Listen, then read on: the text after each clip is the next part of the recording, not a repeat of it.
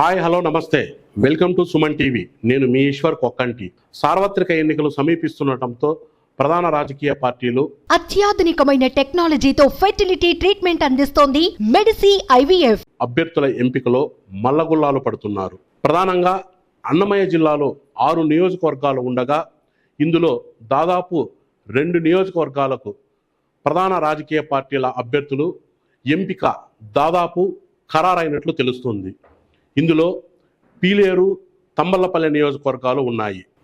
ఇక తంబళ్లపల్లి నియోజకవర్గంలో వైఎస్ఆర్సీపీ తరఫున పెద్దిరెడ్డి ద్వారకనాథ్ రెడ్డి అభ్యర్థిత్వం దాదాపు ఖరారు కాగా, ఇటు తెలుగుదేశం పార్టీ తరఫున దాసర్లపల్లి జయచంద్రారెడ్డి అభ్యర్థిత్వం ఖరారైంది. వీళ్ళ ఇద్దరి బలాబలాలు ఓసారి పరిశీలించుకుందాం.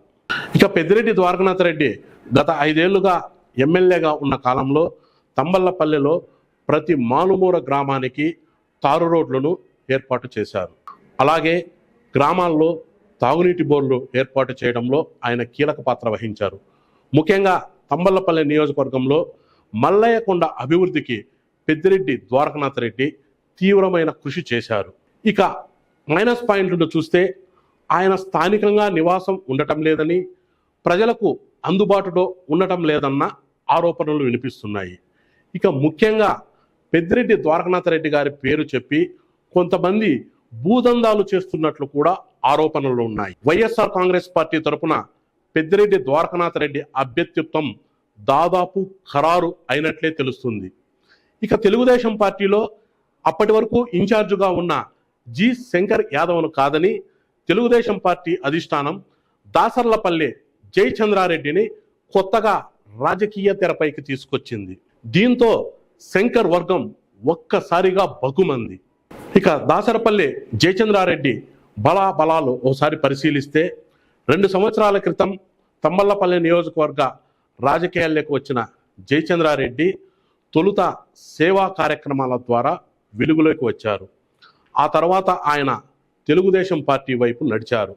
ఈ నేపథ్యంలో ఇటీవలే అధిష్టానం ఆయన సేవలను గుర్తించి తంబళ్లపల్లి నియోజకవర్గ తెలుగుదేశం పార్టీ అభ్యర్థిగా ఖరారు చేసింది.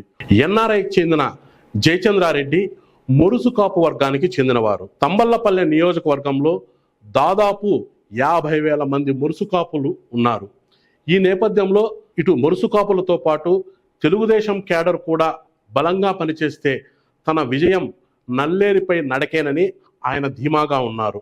అయితే మొన్నటి వరకు తంబళ్లపల్లి నియోజకవర్గ ఇన్ఛార్జిగా ఉన్న శంకర్ యాదవ్ తనకు టిక్కెట్ రాకపోవడంతో ఆయన అనుచరులు తీవ్ర అసంతృప్తితో ఉన్నారు. మరోవైపు మొన్నటి వరకు తంబళ్ల టిక్కెట్పై ఆశలు పెంచుకున్న ఏవి ప్రవీణ్ కుమార్ రెడ్డి కుటుంబం కూడా కొంత అసంతృప్తిగా ఉంది.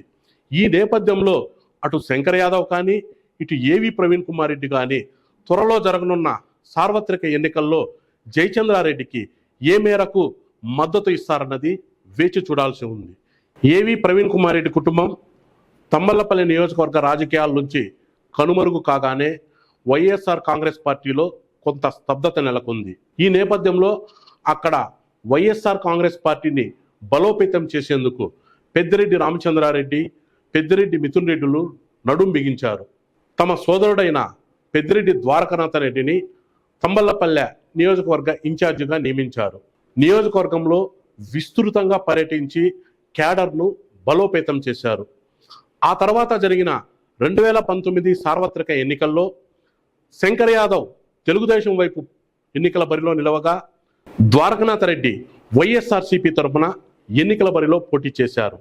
ఆ ఎన్నికల్లో పెద్దిరెడ్డి ద్వారకనాథ్ రెడ్డి జిల్లాలోనే అత్యధిక మెజార్టీతో విజయం సాధించారు. ఇక 2024 సార్వత్రిక ఎన్నికల్లో జయచంద్రారెడ్డి పేరు ప్రకటన వెలువడగానే శంకర్ అభిమానులు అత్యుత్సాహం ప్రదర్శించి శంకర్ ఇంటి ఎదుట ఉన్న తెలుగుదేశం పార్టీ బ్యానర్లను చించివేసి తీవ్ర అసంతృప్తి వ్యక్తం చేశారు.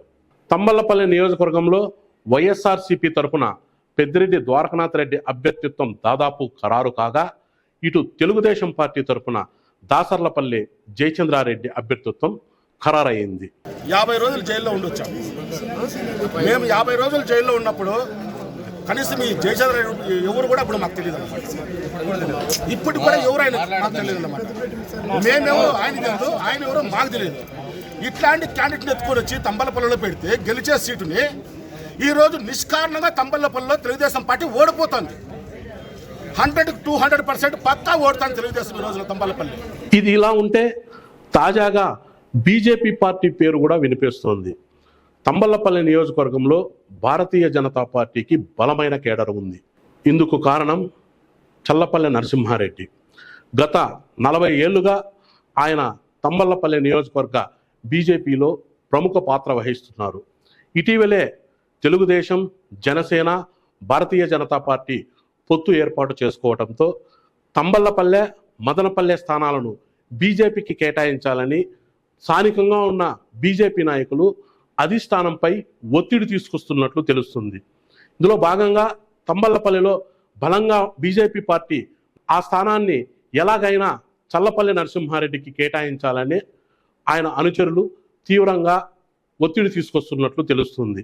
ఇటీవలే చల్లపల్లి నరసింహారెడ్డి తంబలపల్లి నియోజకవర్గంలో విస్తృతంగా పర్యటించి ఆత్మీయ సమావేశాలు, సమ్మేళనాలు నిర్వహించారు. ఈ నేపథ్యంలో తంబలపల్లె ఒకవేళ పొత్తులో భాగంగా బీజేపీకి కేటాయిస్తే లేక చల్లపల్లి నరసింహారెడ్డిని ఒప్పించి మదనపల్లెలో బరిలో దింపుతారా అన్నది వేచి చూడాల్సి ఉంది.